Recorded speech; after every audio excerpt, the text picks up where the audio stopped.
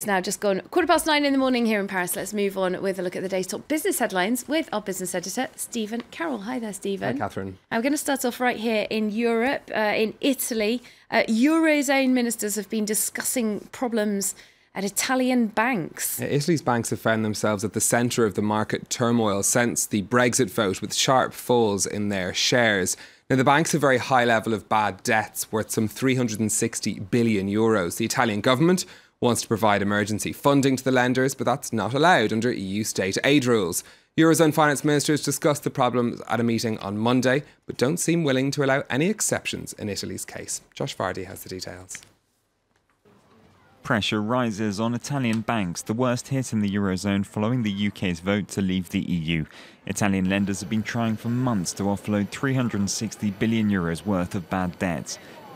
The country's leaders hope to use public funds to recapitalise their banks, but EU banking rules mean creditors would also have to suffer losses that could dent investor confidence in Italy.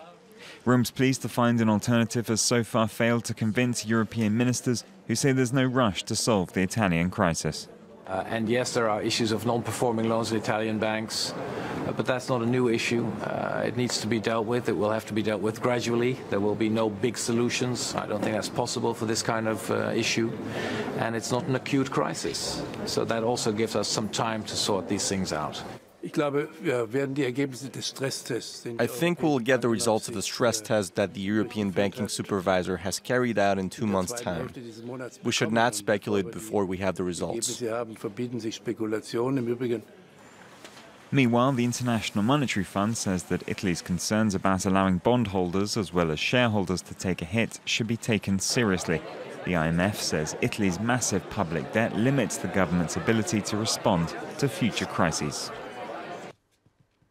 Right, well, the other big topic being discussed in Brussels was Brexit. Yes, ministers have reiterated their desire for a clean exit of the United Kingdom from the European Union, and the finance ministers from all of the European member states will be continuing to discuss that today in Brussels. This as the European Commission warns that Britain's economic growth could be as much as 2.5% lower next year as a result of the referendum. Economic Affairs Commissioner Pierre Moscovici also said that Brexit would reduce growth in the Eurozone by up to 0.5%. The longer the uncertainty lasts, the costlier it will be for the economy.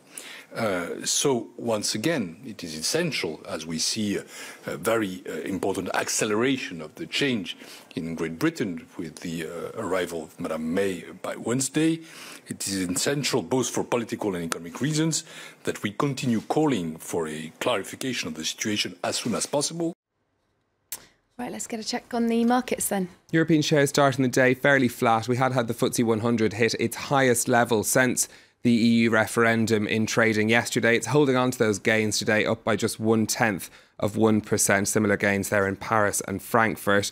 In Asia, the Pokemon effect still in full swing on shares in Japan. The Nikkei in Tokyo finishing up 2.5%. One of the big gainers was Nintendo after the success of its Pokemon Go game. Its shares up by over 10% during the trading day. Chinese markets looking ahead as well to the release of growth figures there due out this Friday. Some more of the day's business headlines for you next. It's emerged that a criminal prosecution of the bank HSBC was dropped by the US Justice Department because of concerns about its impact on global financial stability. Officials reviewed letters, including one from the British Finance Minister George Osborne, that warned the case could have very serious implications.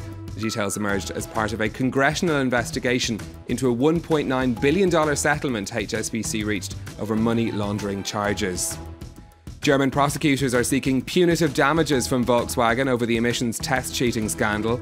That's on top of 4 criminal investigations the car maker is facing in Germany. This comes after VW agreed a $15 billion settlement in the United States. And Starbucks is to increase pay for its workers in the US after being accused of extreme cutbacks in working hours that affected morale and service. The pay rises of between 5 and 15% will come into force from October. Approximately 150,000 people will benefit from the increases.